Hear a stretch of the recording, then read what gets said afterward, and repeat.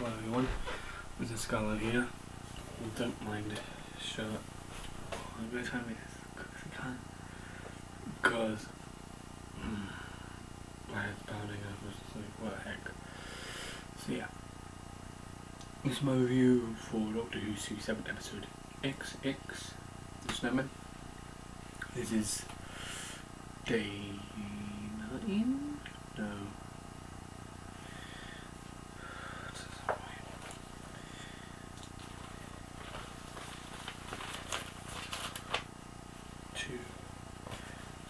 2, 3, 4, 5, 6, 7, 8. Right, no, this is day 9. My brain's just not working. Day 9, oh yeah, on the Festive uploads. So the basic plot line of the episode is that, and this is set in this Christmas period 1892. I think it's 23rd of December. That's the point. The prologue, cold open, shows young Dr. Simeon talking to a snowman that he's just made about how he doesn't like other people and how stupid he thinks they are, and the snow says just walks back to him. That's basically cold open. But the modern day shows him killing people just for snow. The plot is that the Doctor encounters. The Doctor's been isolating in Victorian London for a while. I don't say how long, but I'm thinking it's 4 years, and there's a good reason for that.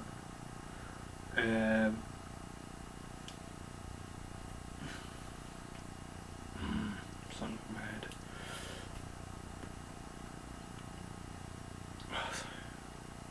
Yeah. And that encounter, like one night he's just walking through the town and he encounters Clara, and they meet as a woman called Clara, a barmaid. And then this snowman comes out of nowhere, and then they melt the snowman because they don't know why, and they keep some. The Doctor thinks, oh, telepathic snowman, clever snowman. Yeah. And then more snowmen appear, and then they melt because the Doctor tells them what to do. And then, the Doctor tries to get her memory erased of the Doctor so that she doesn't have to look for him. But she needs to, but she remembers. She's given.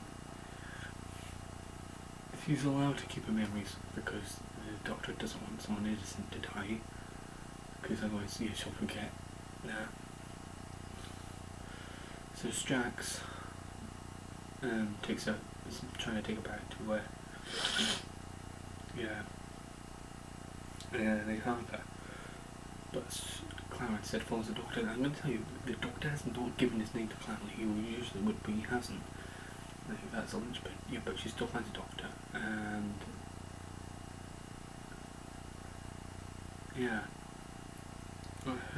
it's basically the episode of her trying to get the Doctor out of his isolation and trying to get him back to the world of saving people.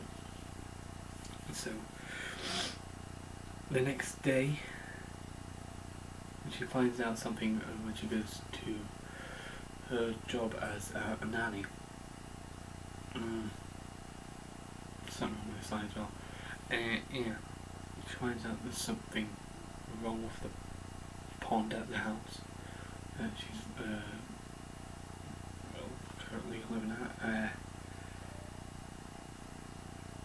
She tells, and she looks at the Doctor, and Jenny takes her to see Vastra, and then they do this one-word test to see, to tell the Doctor that there is imminent danger and he needs to help. And then she passes one-word test with the word being pond, and he doesn't like that being used because that was the surname of his previous companions who died.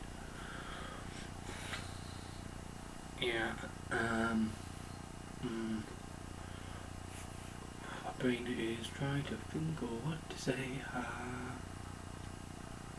As the doctor investigates and then goes and meets Clara in the house to save the children, because there's children. One of the children is having bad nightmares about the previous nanny. Is this one of the light on this thing, or is that just me?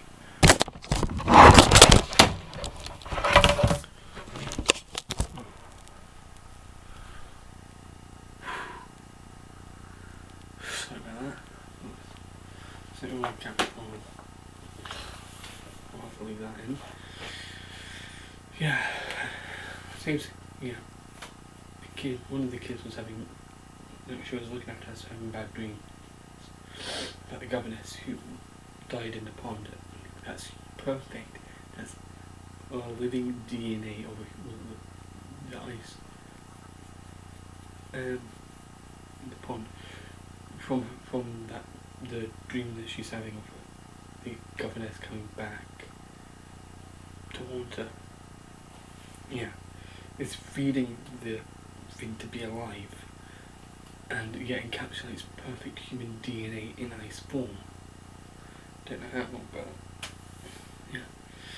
Basically, the Doctor saves the day by destroying the ice woman, but that at the cost of that, Clara falls. To go up to, the Doctor has this staircase up in the sky, the TARDIS is at, but he left the door open once he got Clara into the TARDIS, and he gave her a key immediately because he thought, there's another pot in our house. And when Clara knows what the Doctor's plan is, she knew right away, she says, and she basically tells the Doctor's tablet, which shows that she is clever. I have not seen many companions do that. They can't tell what the Doctor's plan is right on her. Yeah, and the cost of Clara's life. While Strathers trying to heal her as much as he can, Doctor and Vastra go to Dr. Simeon's place to give Dr. Simeon the parts of the Ice Lady so that they can rebuild. They can create a nice army. Yeah, but in fact, the Doctor used memory well, which he was going to wipe Clara's mind with at the beginning of the episode, to take all the years that they had taken over him, or used him. Anyway,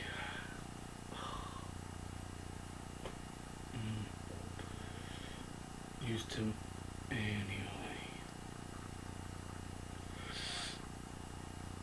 Yeah, but that means the great intelligence has more. Simeon is erased, not his body, but his mind is erased. But the intelligence that survives that, because there's now more space for that to exist. But because of Clara's imminent doom, the crying out of the house,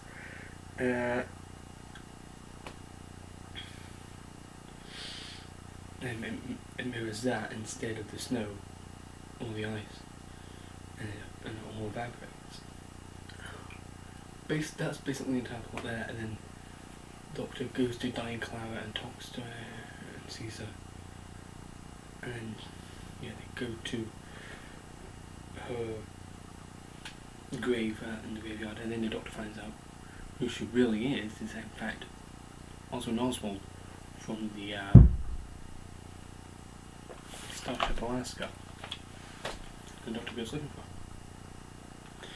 That's basically that. I'm going to quickly go through the Doctor has been isolated for a while, possibly 4 years after losing the pond. He doesn't want to help anyone out as he's afraid of losing others when who he cares about. And when Clara finds him without even knowing his name, he's impressed, and he's more impressed, passing one more test, but it's reminding him of his previous companions. Starts investigating after hearing her help. Looks around for his clothes and finds Dr. Simeon, a man who's been taken over by the great intelligence. immediately gives Clara the key to the TARDIS, which is a first for him. And yeah, even for Rose, like it wasn't until episode 4 she gave when they gave her a key. Martha, I'm trying to remember when he gave the key for them. 42? It was definitely before Human Nature because she had a key in then.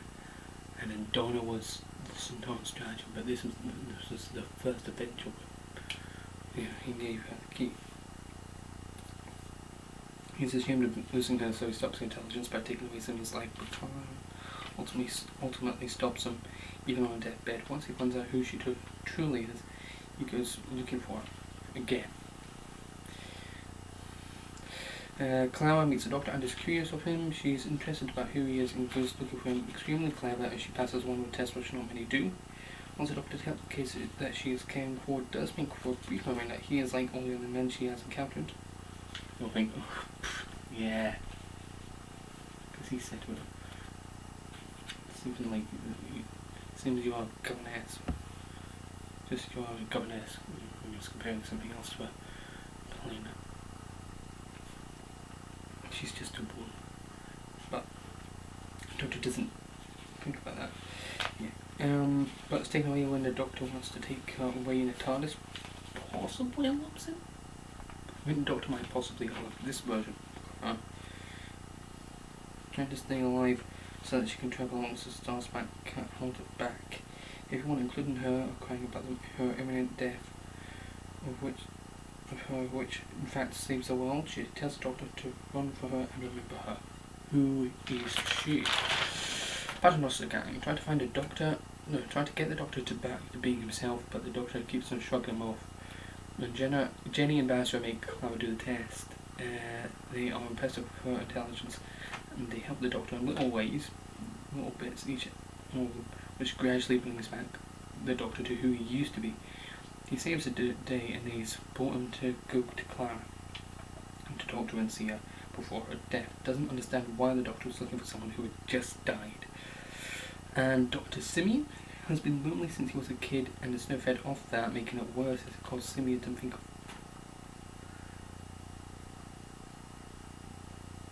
new and horrible things to do and cause harm to the planet.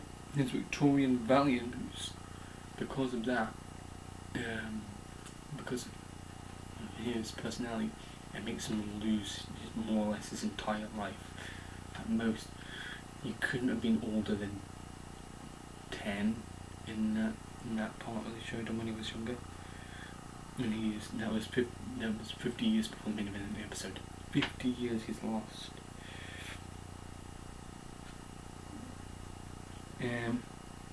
The majority of his life, intelligence takes over him and tries to kill the Doctor, but it's stopped by the tears from.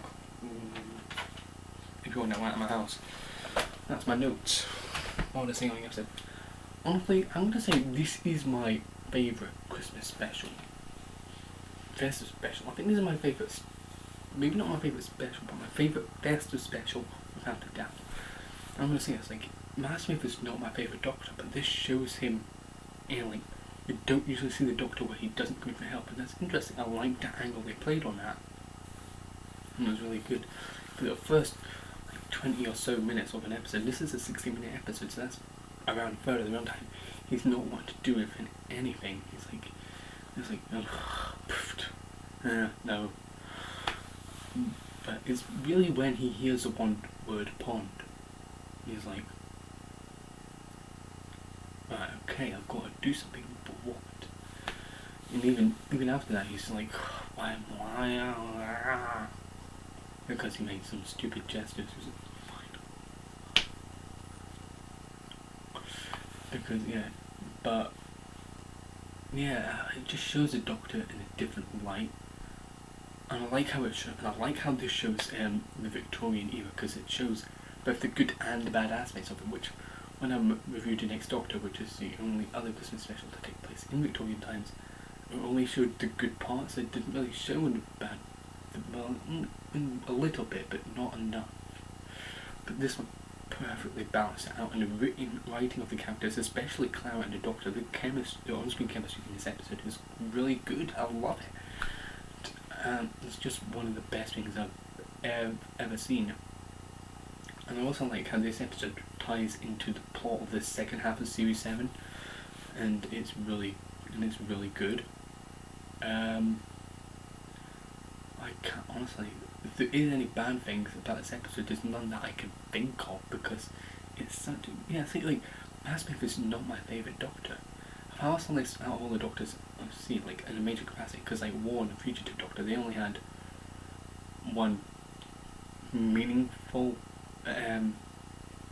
performance with only like little scenes in other episodes. But yeah, with Matt Smith not being my favourite Doctor, but I'm loving his Doctor in this episode, like, I would say, well, Tennant is my favourite, but this trumps all Tennant specials, so I'm gonna have to say this is a 10 out of 10. That's, like, if I could put it above Voyage of the Damned, I would, but I can't, because that is also 10 out of 10. So I think that's it for this review of Series 7 episode EXX, the Snowmen, and next time there will be my review of Series 7 episode 15, The Time of the Doctor. So everyone, have a very good day, and adios. This is Scarlo out.